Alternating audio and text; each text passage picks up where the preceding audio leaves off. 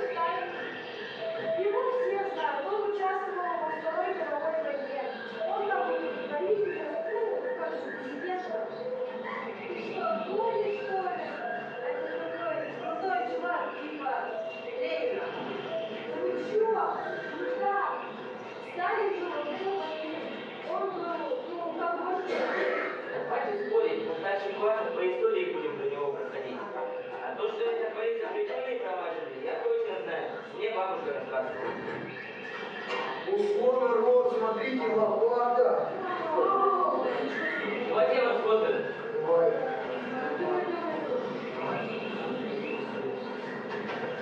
Улыбаемся. Скажите, чиз. Еще раз. А давайте что-нибудь еще поищем. Смотрите. А что это тут уголком? Понятно. Смотрите, там какая-то мышка, может, туда пойдем? Пошлите. Ну пойдемте, искатели приключений. Да нет, что вы, места тут что-то невзрачное, жуткое. Да пошли, ладно.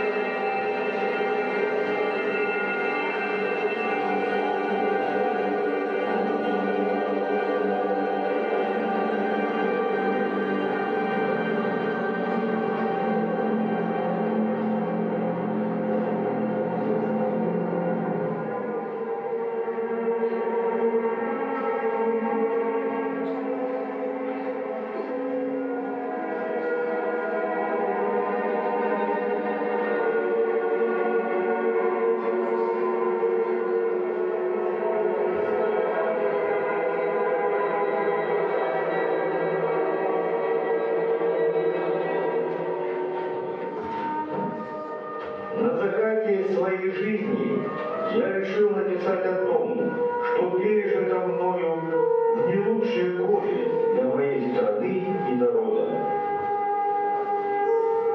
Написанное мною – это повесть об отрезке моей жизни, именно в буквальном смысле о куске моей жизни, отрезанной беспощадной рукой судей из числа той банды сталинских опричников, которая была порождена системой и защищала тоталитарную систему.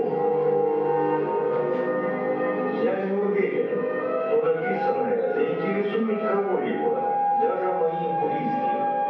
Хотя и не надо людям забывать мудрое изречение Ивана, не помнящих отца.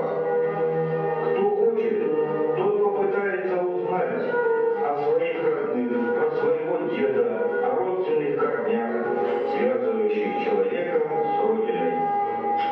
А кому это не надо, пусть Бог его простит. Тихо живет он только настоящим. К сожалению, даже нравственные связи с прошлым ему не нужны.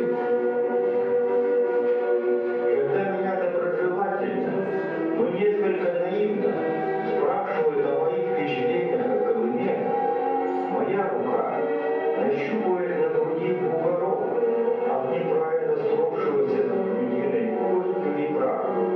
Результат удара приклада винтовки командира.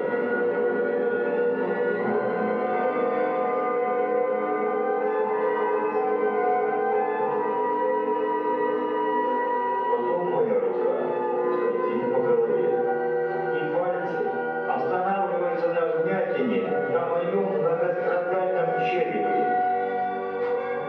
Это след от порядки Нагана, охранника. Таковы мои воспоминания о Колыме.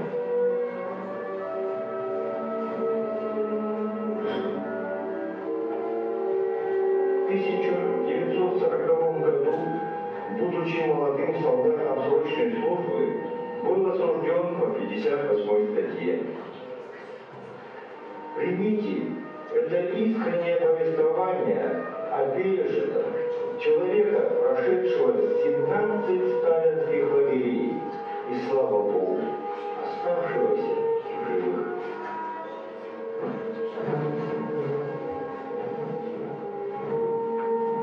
Вот ты, читая эти строчки, не будь ко мне безмерно строг. Не жду от смерти я отсрочки, отбыв колымский страдный срок. И потому спешу поведать, что на себе пришлось отведать. Меня как север пощадил, живого все же отпустил.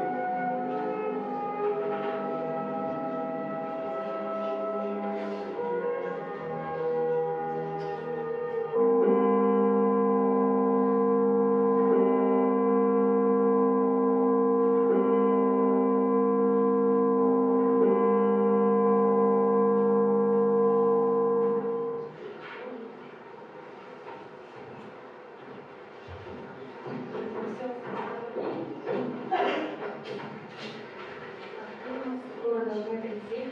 Ты не волнуйся, мы сейчас успеем. Нет, конечно. Деньги были свежие. Конфетки где у нас еще?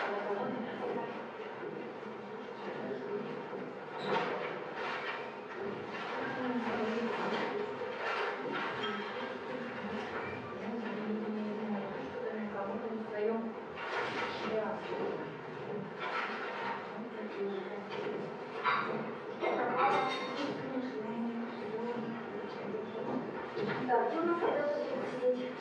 Давайте ко мне поставим поближе. Славик, рядышком с ней сядь. А мы с тобой с двух сторон можем поддержим.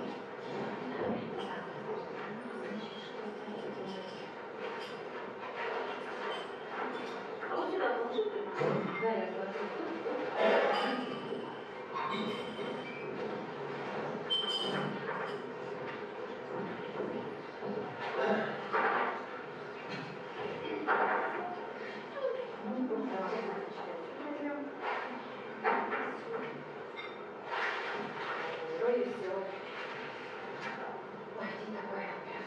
волнительно.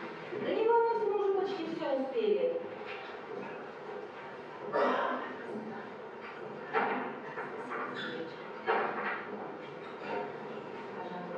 И подруга, и коллега, Ирочка, спасибо тебе большое. Самая главная соседка.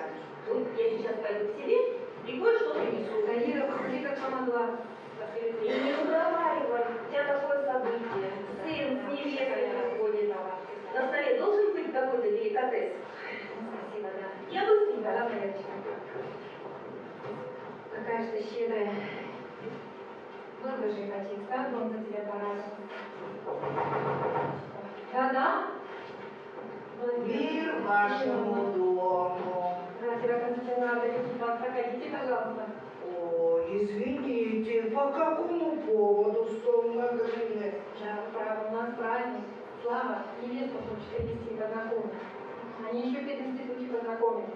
Что мы тут с Ириной суетимся. Ждем. Присаживайтесь, пожалуйста.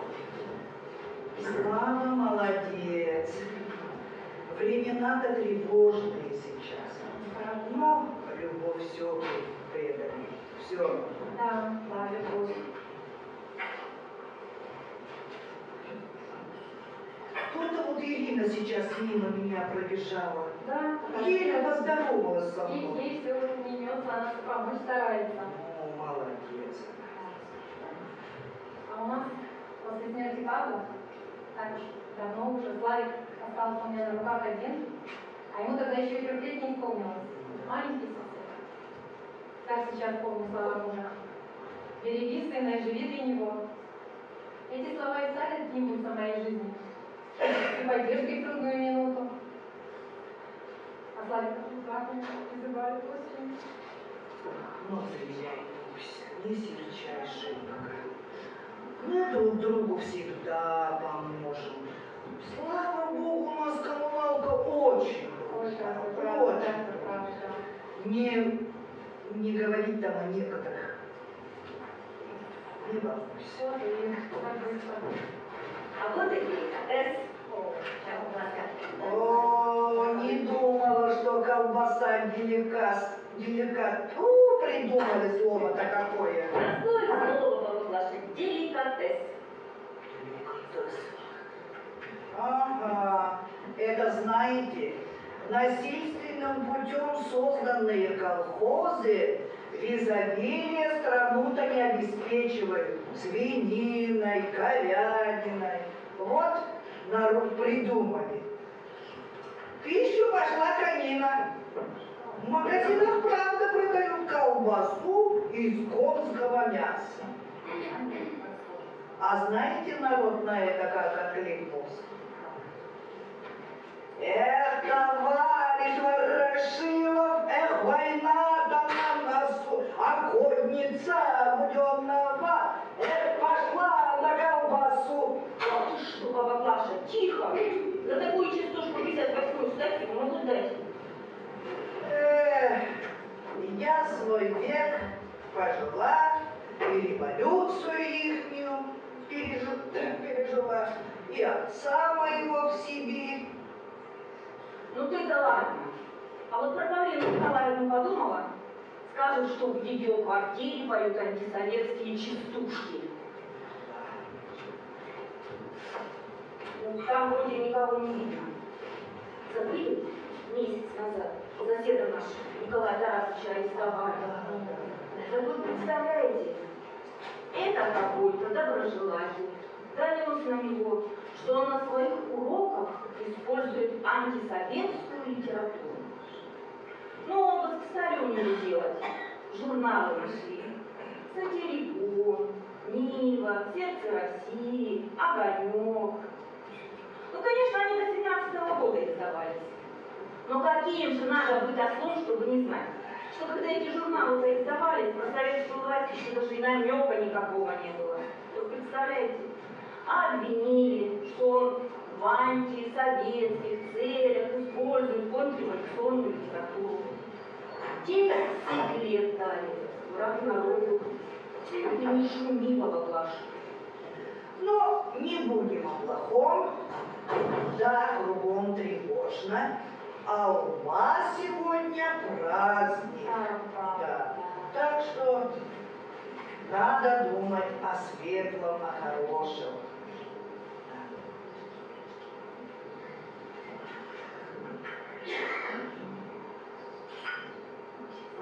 Угощайтесь. Колбасу. Не искали.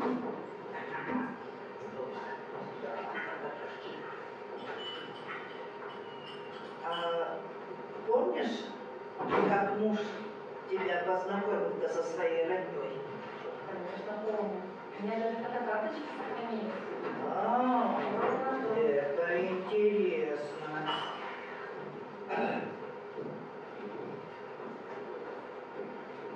И как-то помню, тоже вечером, я вам покажу, пока молодые наши дети. Подождите, девочки, я совсем забыла к этому столу. Пирожки же утром только постряпала. Я сейчас мигом. Уж больно хочется на молодых посмотреть. Погодите. Прекратите, Глафира Константиновна, ждем вас. Пирожки у меня всегда классные. Особенно с картошкой. Ну как так? А ты не боишься? Глафира же сама сказала, что все вокруг тревожно. Ну, призналась, как призналась. Я вот больше за сына боюсь. Почему? Славик у меня весь в отца. Павел был человек свободомыслящий. Всегда имел собственное мнение, никогда не попадал под чужое влияние. Помню, Павла. Прям истинный сын великого Новгорода.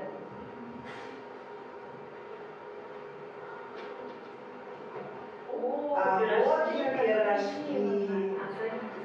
Как пахнет, какой аромат. С картошечкой. Да. Ну-ка, посмотрим сейчас, да, альбом старинный. Это Молодые. вот когда с Павлом приехали, Калычанова красили его родни, Толмачевской. Мама его, женщина властная, Видно сразу. очень строгая женщина. Так она сразу не скрыла от сына, что шокирована. Видно на вид.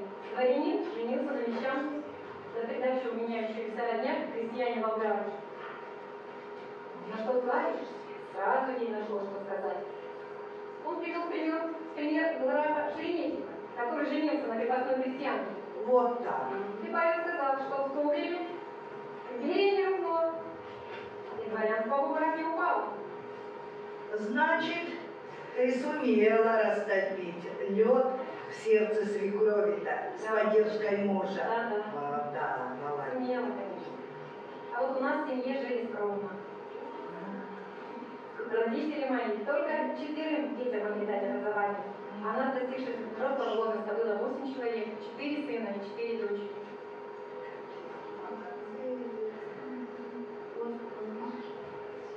А это я. После гимназии поступила на фельдшерские курсы. И с помощью мужа овладела знаниями английского языка. Благодаря ему работаю в отделе иностранной корреспонденции главпочтамта города. Вот так. Главное, у нас вообще умница, красавица, рукодельница, видишь, вот вязаные вещи. А готовит изумительно, было бы из чего. Ну вот, стол-то какой к празднику. Здравствуйте. Это Аня. Я жена. Перед Господом и людьми благослови нас, мама. Это Павлина Николаевна, моя мама. Поздравляю. Глафира Константиновна, соседка наша, живет по соседству. Поздравляю молодых-то, благословляю. А этого сорванца-то я с детства знаю. На моих глазах он вырос. А вот Ирина Степановна, она с моей мамой работает. И живет тоже здесь, по соседству. Проходите, дети, присаживайтесь, Таня, садись ко мне поближе. Садитесь. Спасибо, спасибо.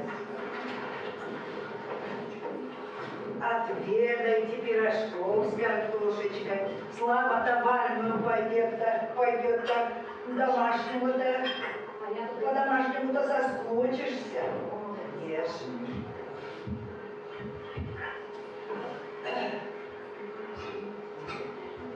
Ешьте, Такие ешьте, вкусные пирожки. Да. Никогда не забуду. Какие они вкусные. У бабы Глаши. Правильно я угадал? Мои, Слава, мои, ешь.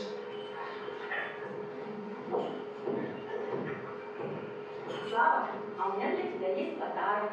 Вот дневник. Ты у нас металлоционный, пригодится. Ой, спасибо. Ну, письма тоже не забывай писать. А мы когда со Славой познакомились, он мне такие красивые письма писал. Я по 10 раз их перечитывала. Ну, недаром же он у нас учитель русского языка и литературы. Ешь, ребята, ешь. На вас глядеть. Дюжа радостно. И у меня самого для тебя подарок есть. Вот свитер тебе связала. В армии тебя согревать будет. Вопрос угадал. И по цвету хорошо, и по размеру. Спасибо, мама. Давайте тебе подарить.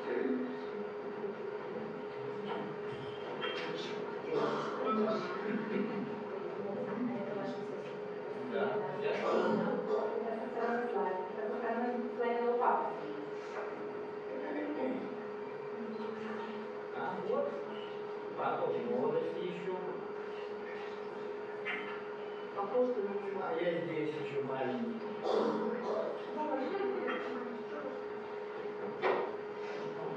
Не расстраивайся. Переводим. Пойдемте ко мне. А вот. Это не будет.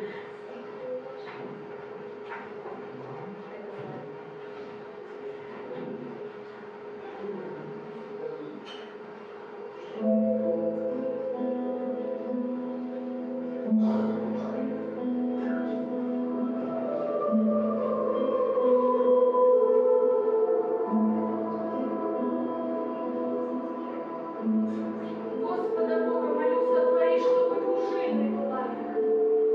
Незащищенные плечи твои, как защитить, я не знаю.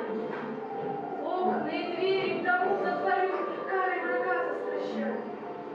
Как не обидеть мне гордость твою тем, что тебя защищаю.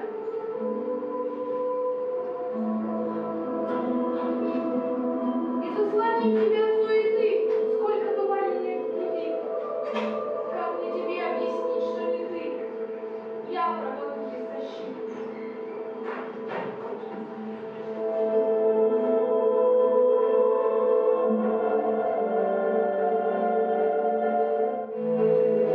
Не нам воли прошлого копаться, лучше без ошибок, потому что на минном поле ошибаться просто абсолютно ни к чему.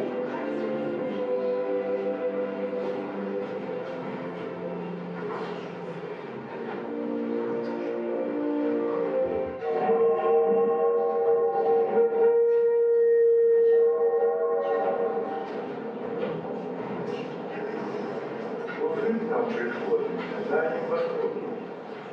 Наш призыв состоял из 10 человек, все с высшим образованием. Старшим группы был коммунист Ермаков. Он вез наши документы. Ехали мы в пассажирском вагоне и должны были говорить, что мы едем работать по заключенному договору. Наблюдалась такая конспирация, как метод отправки новобранцев. Дивизия, в составе которой был наш батальон связи, в народе называлась колхозной, так как солдаты широко использовались на полевых работах местных совхозов и колхозов. А боевых качеств дивизии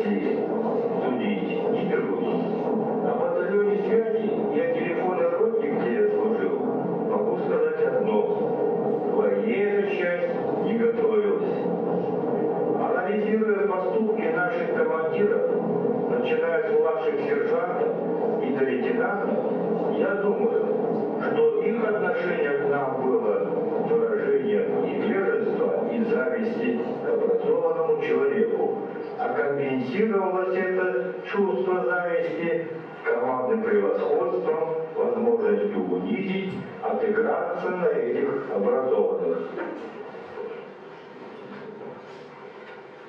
Ну, ребята, не поклали. Такое ощущение, что нас не жить прислали, а колхозы поднимать. Да, я это с первого дня заметил. Во-первых, мы ехали в пассажирском вагоне. Во-вторых, нам сказали говорить, что мы едем работать по договору. Ну а в-третьих, сами едем. Это у них такая конспирация. Слыхал недавно крушение эшелона с новобранцами. По-любому диверсия. Нет, ну даже не слишком политически грамотным людям понятно, что пристала вина. Ну а какие занятия по специальности проводит лейтенант Денег? Вот это полевой телефон УНА ЕФ-31. Вот значит унифицированный хронический вызов. Вот это трубка. Это телефон, он прикладывается к уху. Вот это микрофон, он прикладывается к рту. Смотрите, не перепутайте. Что это такое? Что за беспредел? Мы, городские жители, ни разу пользовавшиеся телефоном, и нам рассказывают про этот телефон. Я специалист по АТС. Задаю ехидный вопрос. А как работает АТС? Ну, вопрос, конечно, заковыленький такой, да. Но он мне что отвечает? А что такое АТС?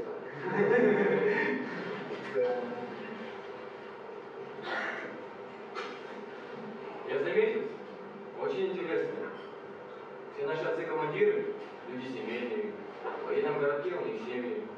А к нам они приходят открывать часы, сваливаются на плечи лейтенантам и старшинам, людям щедрым психологией. Скоро война. Вместо того, чтобы проходить учения, маневры, у нас на полевых работали. Это что называть? А что это? Вот пример. Боевая подготовка. Учение ведет лейтенант Кожемякин. Задача. Ползком проползти и занять огневой рубеж. Маленькой саперной лопатой выкопать ямку у копчик для стрельбы лежа. Экипировка, вы сами знаете. Сзади ранец, к ранцу пристегнут котелок. Справа в длине саперная лопата, с другой стороны штык-нож в чехле висит. В руках пятизарядная трехлинейная винтовка Мосина. На голове, как всегда, стальной шлем. А ползем, представляешь, мы ползем под огнем противника. Ну, ползем, я голову поднимаю, оглядываюсь по сторонам. А вокруг почки ползут. Не почки, даже зеленые черепахи, как одногорные верблюды. Ну и что? После такого учения обращаюсь к этому лейтенанту Кожемякину и говорю, что котелок наш сразу будет прострелен противником. А на что он мне говорит? Сперва смотрит, даже не смотрит, он всматривается, а потом как, нет, не твоего мать дело, рядовой толмачок. И как это понять? Тихо, тихо. Начальник ФСБ. Спортсмен! Оля, занимайтесь.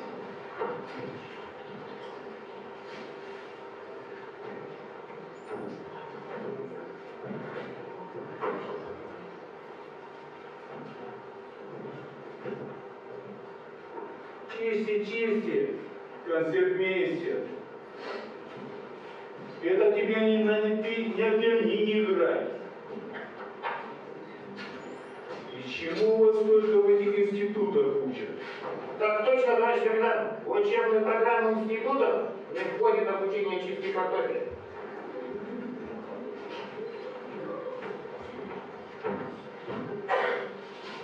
Так, слушайте сюда. Через полчаса картошка должна быть в пищеблоке. А с тобой, Толмачев, с тобой я...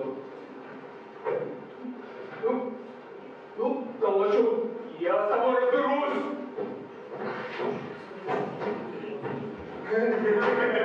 Картошка, не надо, да? Для землянина.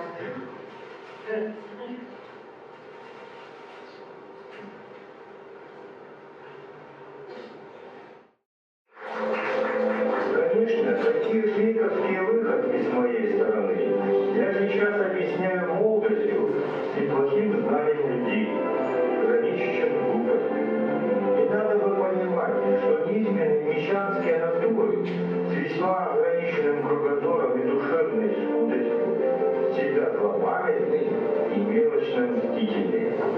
И чувствовался неблагонадежным и присматривали.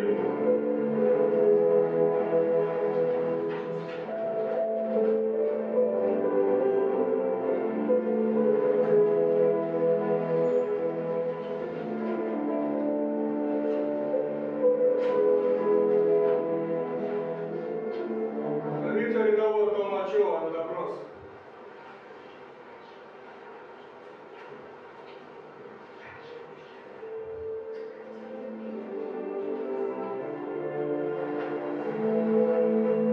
Летом 40-го года у меня отобрали дневник и посадили на гауптвахту на 10 суток. Отцы-командиры, вероятно, старательно, насколько их позволяла и грамотность, читали мои записки в дневнике. Конечно, в дневнике ничего советского не было. Была гордость своей родиной и искреннее желание, чтобы она была могучей и процветающей державой. Но там были и критические замечания о невежественных и грубых командирах, о нечестности младших командиров, о слабой военной подготовке батальона. И простить такое было нельзя. Итак, дневник – это то, за что можно зацепиться, чтобы избавиться от человека, осмелившегося думать и критически относиться к подобным явлениям той жизни.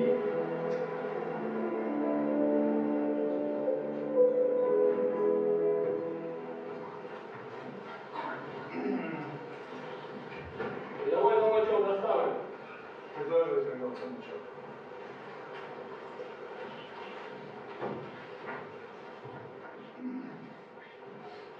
Рядовой Толмачев, вы обвиняетесь в совершении преступления по двум статьям.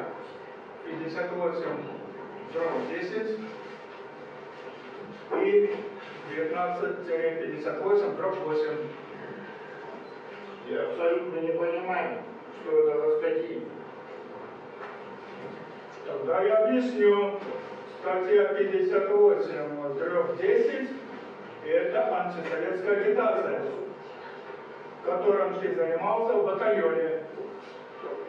А 19-58/8 – это подготовка террористического акта. Эти статьи ко мне никак не клеются. А мы приклеим к вам. Ну, клейте, клейте. Только ничего я этого не совершал. И в мыслях у меня даже этого не было. Тогда что это? Это мой дневник. И что тут написано? Никак понять писание дневника лично для себя и ни для кого более можно отнести к агитации. Тем более агитация – понятие распространения каких-либо идей людской массе. Какие мы образованные.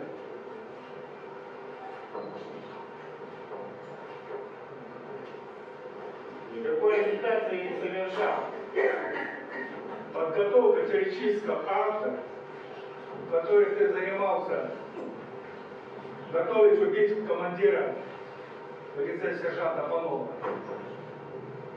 Статья об основном показаниях двух свидетелей Михаила Куликова, окончил строительный институт, и показания Соломона Абрамовича ФИК, факультет пединститута.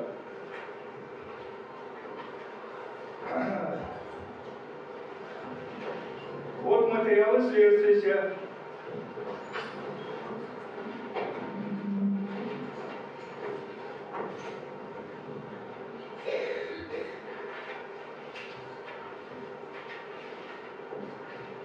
Ознакомься. Тут черным по белому ясно написано, что именно ты сказал. Если бы сержант по ногу ударил, я бы его убил.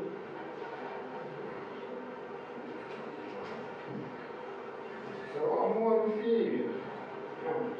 Это же мой вкус. Послушайте, я этого не говорил. Но даже если бы и сказал, то фраза имеет условный характер. Если бы, то действие. Тем более террора здесь никакого нет.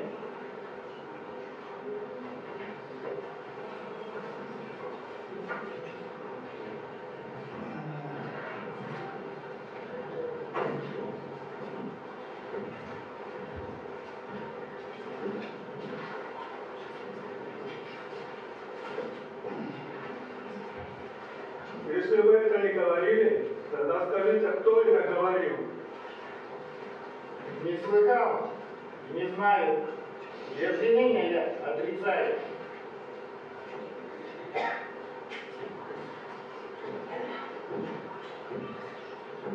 Ну, раз отрицаешь, тогда твое дело передается хотя бы НКВД. НКВД? Ну там разберутся, что я ни в чем не виноват.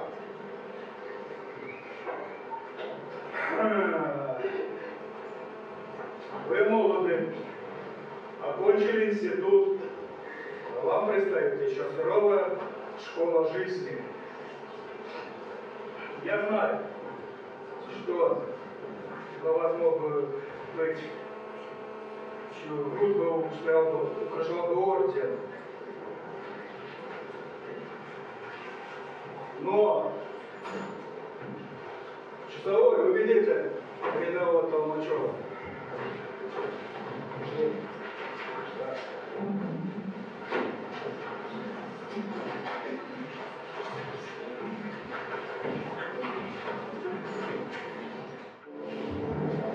Не будь мне мальчикой, колымская земля, так многие, наверное, просили, этапом шли они в суровые края, далекие, жестокие края России.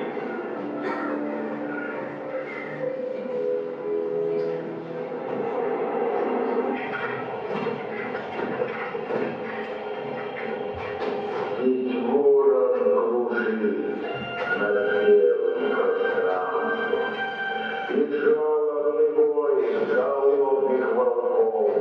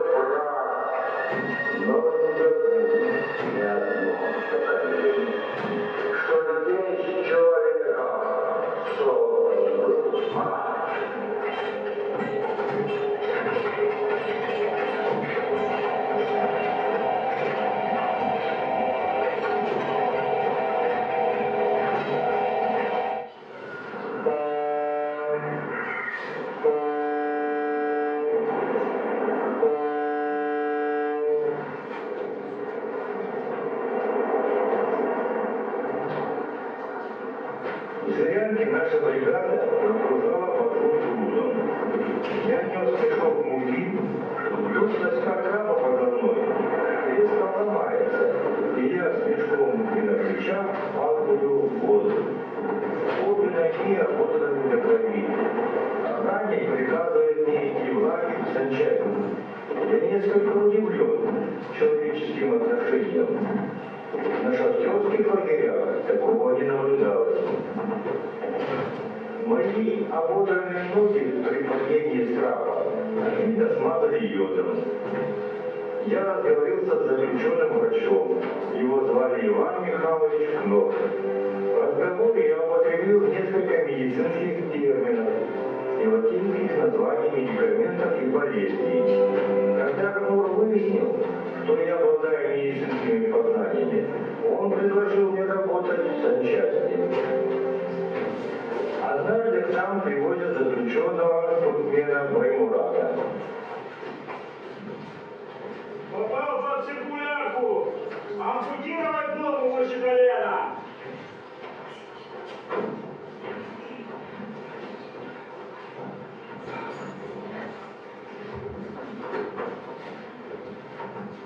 Ну, Мстислав,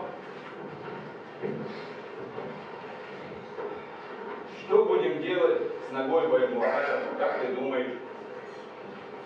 Начальник санчасти сказал ампутировать ногу.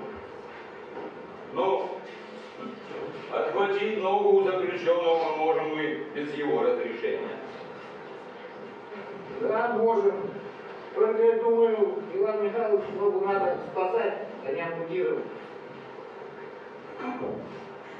Да, ногу надо сохранить. Будем спасать. Большую часть коленного сустава, как бритвой, срезала циркуляркой. Мы наложим гипс, как продолжение кости бедра. Ну что ж, давай за работу.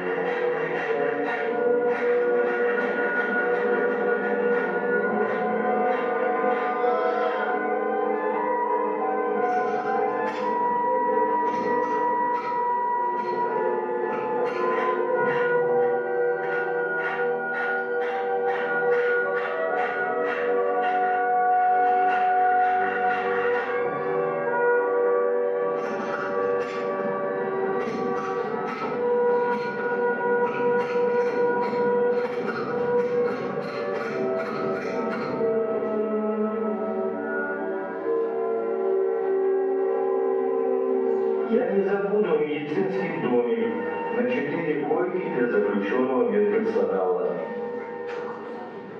Здесь, когда мы оставались вдвоем, Кнор беседовал со мной откровенно. Так, Мстислав. Ну вот, заполни в журнале регистрации, что операция проведена успешно. Давай. Заполняй.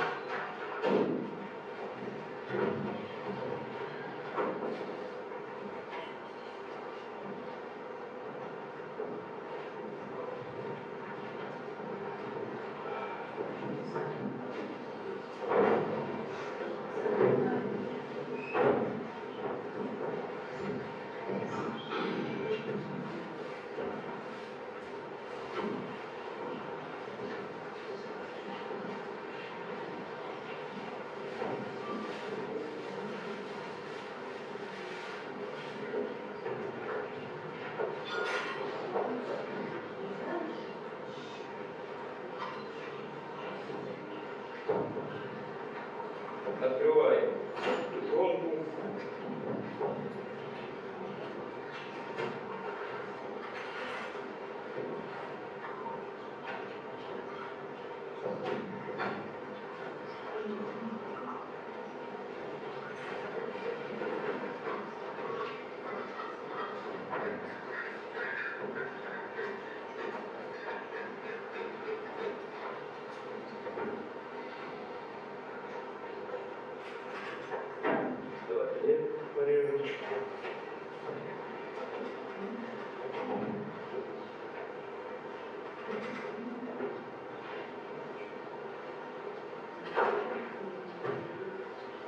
Ну, Мстислав, все-таки молодцы мы с тобой.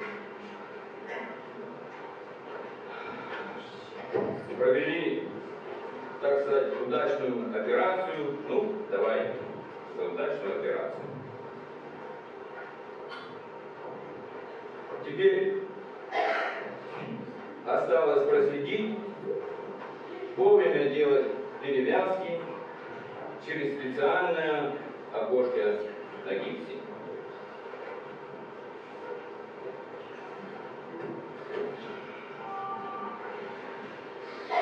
Хорошо, Иван Михайлович, прослежу.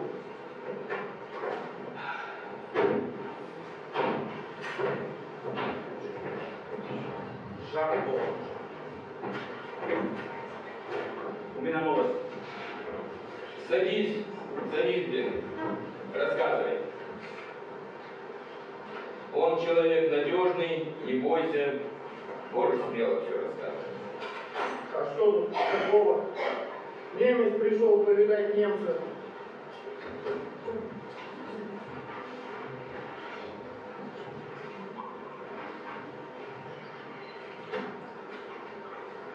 Наши войска под Сталинградом.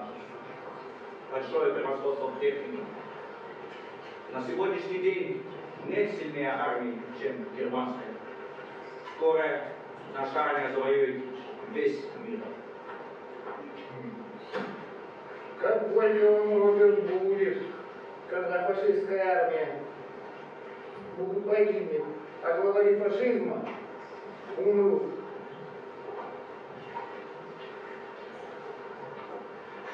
Фашизм, идеология истинно арийская раса победит и будет править всем миром. А вы, Роберт, плохо знаете историю. Напомним, что в IV и V веках гунны захватили большую часть Европы и покорили ваших хваленых арийцев-нибелунгов. Да другие племена татаров, монголов тоже осквернили арийскую кровь, брав жены и наложницы женщин из германских племен. Так что теория о человеках и недочеловеках — это так, фашистский бред для оболвания легковерных и неграмотных. Да, Роберт, для дискуссии не того оппонента ты нашел. Не того.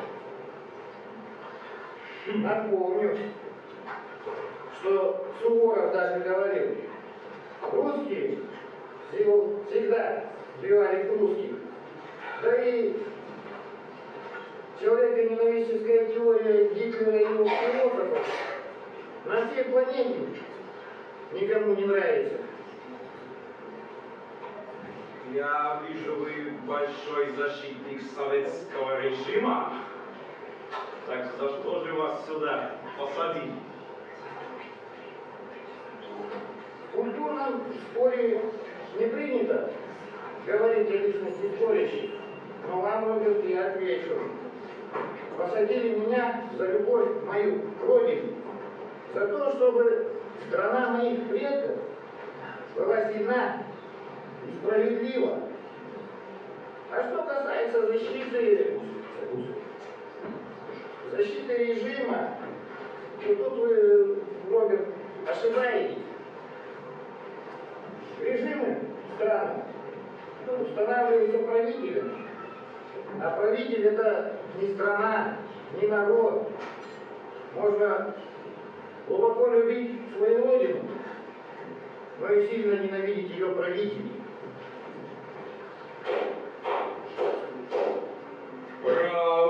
Браво, Мстислав.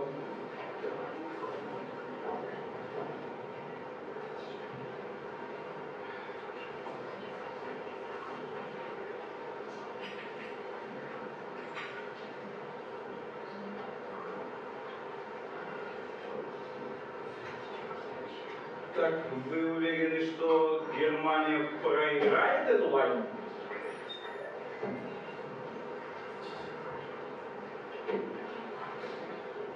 Убежден. Вспомните, сколько раз германские племена, тевтонские рыцари, несмотря на свою самоуверенность и наглость, были поражены. А римляне после поражения Лады в Тевтонском лесу все же покорили германские гальские племена. А вспомните тевтонское поражение на льду Чудского озера в 1242 году. А вспомните германский орден в 1410 году. Да, наконец, Первая мировая война. История в каком-то роде повторяется. Русь много нашествий пережила, выдержала и в конечном итоге победила. Да вы, Мстислав, фанатик! Я не фанатик, я патриот, глубоко любящий свою родину, верящий в нее. Ты сердишься, Роберт, а значит, ты не прав.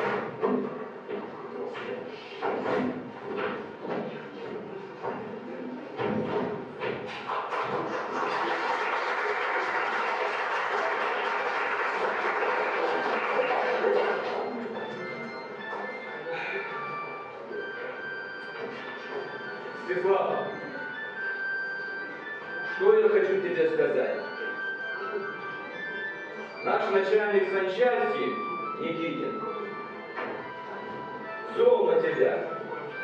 За что не говорит, но явно терпеть тебя не может.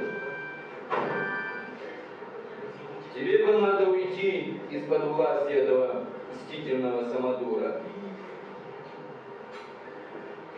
Если не возражаешь, я включу тебя на этап бомбарчик, как сопровождающего медика.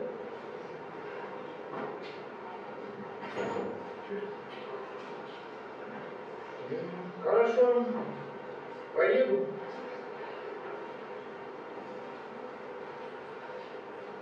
Мстиславович, хочу тебе еще сказать. Ты молод, здоров. Будем надеяться, что сохранишь здоровье к тому времени, когда освободишься. Будешь свободен. Разыщи мою дочь Тавочку и расскажи ей обо мне. Хорошо, Иван Михайлович. Если останусь жив, обязательно разыщу.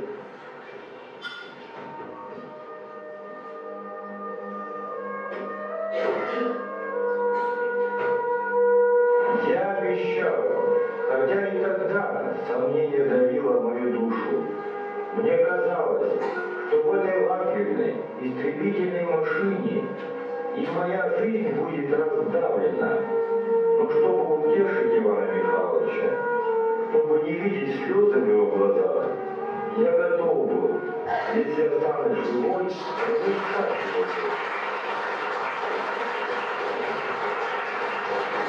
В лагерях под гнетом произвола, и когда освободился из заключения и жил под наблюдением, я не ждал от жизни ничего, так как был уверен, что вряд ли останусь живых и смогу вернуться к своей матери.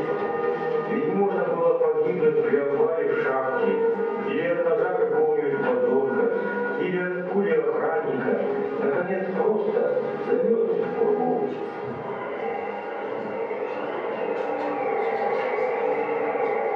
В тот день меня известили, что в лагпункте 24-го километра заболел один заключенный.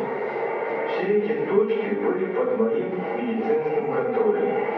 Осмотрев больного, я вечером возвращался в медицинский участок. Трасса была задута трубой, и машины по ней не ходили. Постоянное сознание близости смерти выработало равнодушное отношение к ней. Только раз за все время пребывания на холме я испытал даже не страх, а ужас, встретившись со смертельной опасностью. Это случилось 14 апреля 1948 года.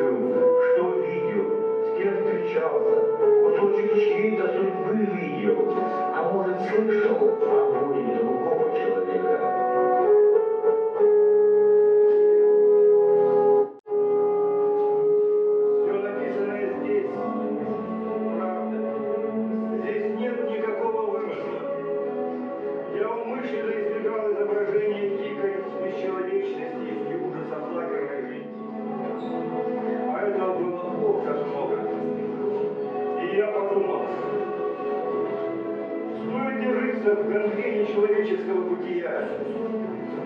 Хочешь душевного здоровья?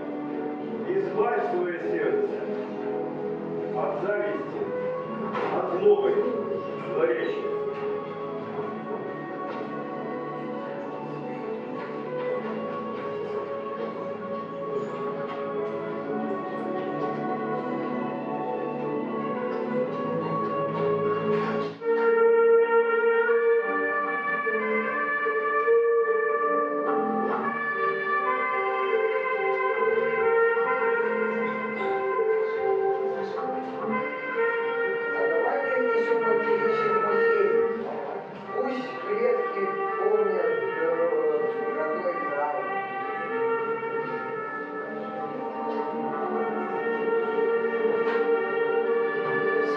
Принимали участие театральный коллектив «Фантазеры», Антон Иващенко, Елена Коломейцева, Саша Яськов, Наташа Читая, Артем Красолов, Оля Валерова.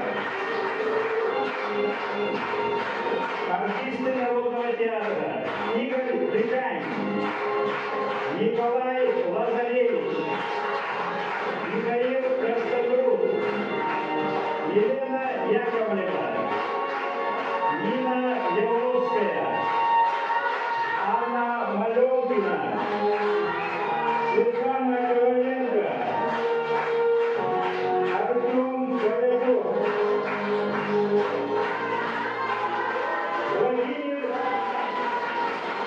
Владимир Ильянов,